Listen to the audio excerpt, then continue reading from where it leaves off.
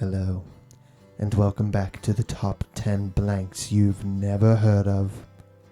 You've read the title, so let's get to number 10. To start us off, we have Mutant Monster Beach Party by Huntingtons. This song, along with a few others on the list, is entirely instrumental. That being said, there isn't a whole lot to talk about on this one. I imagine it's just meant to sound like a group of big, happy mutant monsters having a party at the beach. Hell, maybe even a fight breaks out when someone's board gets snapped. If you listen, you can probably hear the lasers in there. So, why don't you give it a listen? I'm sure you'll be able to picture it for yourself. It's actually very descriptive.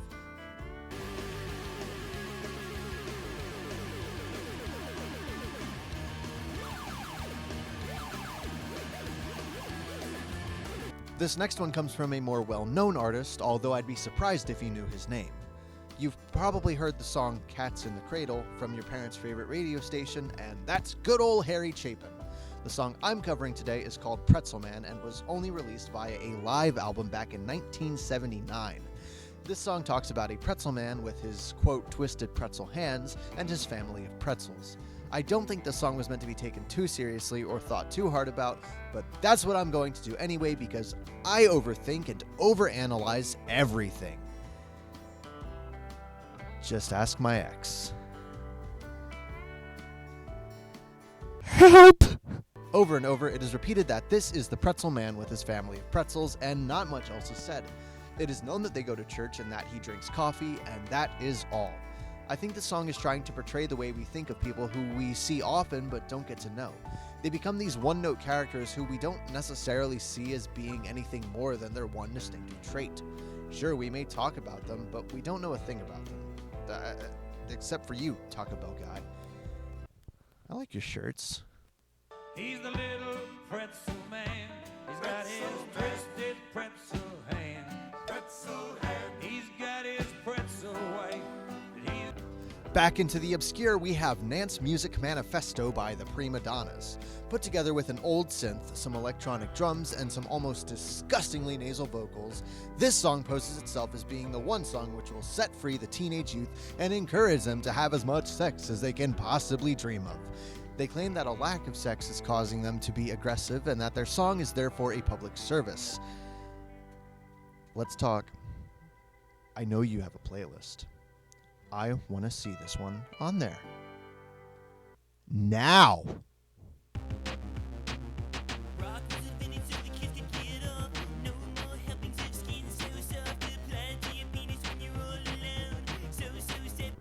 I hope you like wizards and drugs! This is Imagicknation by the Daevid Weird Quartet. They have weird in the name! To fully understand the song, I feel like you gotta be high on something. To make it even better, the album is called 11s. What even is that? It sounds like Gollum trying to count the number of hobbits he's about to bite the pinky toes off of. This song talks about witches and wizards flying really high on their broomsticks, the singer expressing that he too would like to fly with them. He says that his mom doesn't understand magic and that he does, but then he says he doesn't need magic at the end of the song. There's meaning in there. I know it. I don't know what it is, but there's meaning. I swear. Guys, I know what it means. Seeing over the treetops, if I just stop and stare, promise me you won't stop. I don't have anything to say here except go bananas. It's catchy. It's simple. DQE. Go bananas! It's certainly better than a lot of other banana-related songs that I've heard. No. No, wait, please! No! No! No! Go bananas, go bananas. Lean to your left, lean to your right. Peel your banana and take a bite. Go bananas, go. Let's get another popular artist again. This is a very obscure track called Nobody Here But Us Frogs by Weird Al Yankovich. Don't make me say it again. They have weird in the name. I have no idea what this is about. None. I swear this was written not to make sense. Here's a list of some of the things mentioned. Putting lima beans in the public toilet. nasal hair length, rusting belly buttons, feeding bananas to dogs, and don't you dare eat that purple snow. What does it mean? I'd like to find a girl who really cares about the size of my nasal hairs. She could feed bananas. Okay, it's gonna start making sense now. It'll make sense. I understand everything. Fuck! Okay, High Fives by Quartet. At least it's just instrumental, so there won't be any undecipherable lyrics. It's electronic music, it follows a beat, it has a lot of different instruments and sound effects. I don't know what else to say!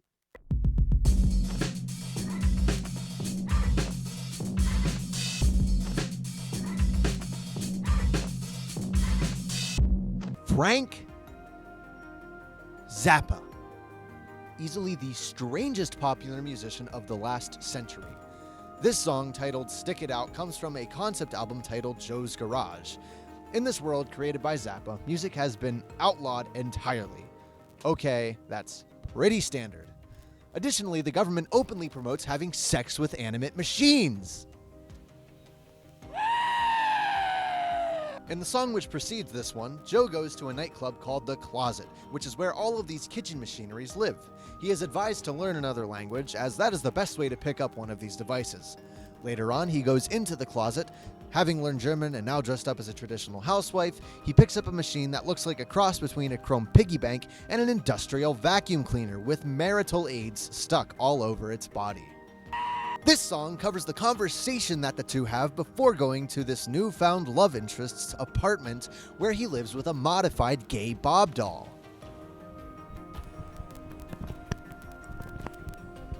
Enjoy.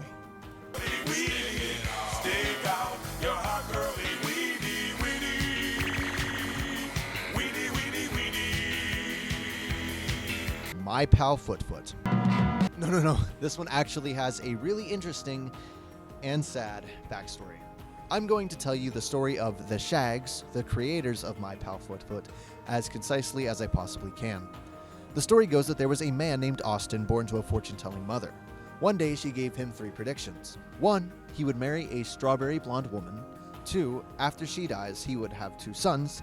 And 3, his daughters would form a popular band.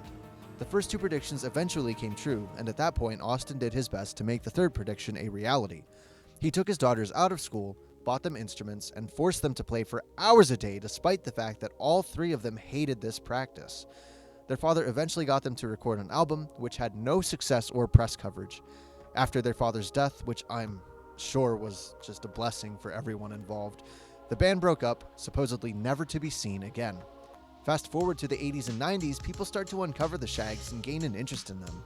The music they created was completely original and nearly impossible to replicate. On a technical level, it was atrocious. On an artistic level, it was beautiful despite being quite tortured and depressing. This song is about their cat who only had 2 feet. I give you the Shaggs. My pal's name is Foot.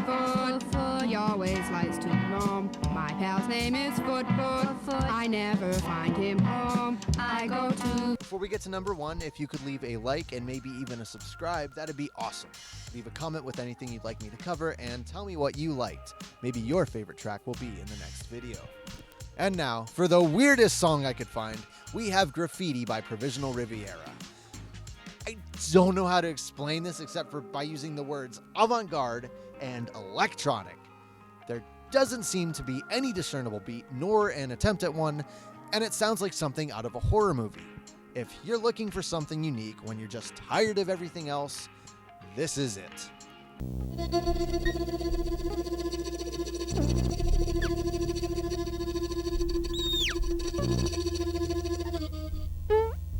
Thanks for checking out my channel. I hope you've enjoyed my video. I'll see you in the next one.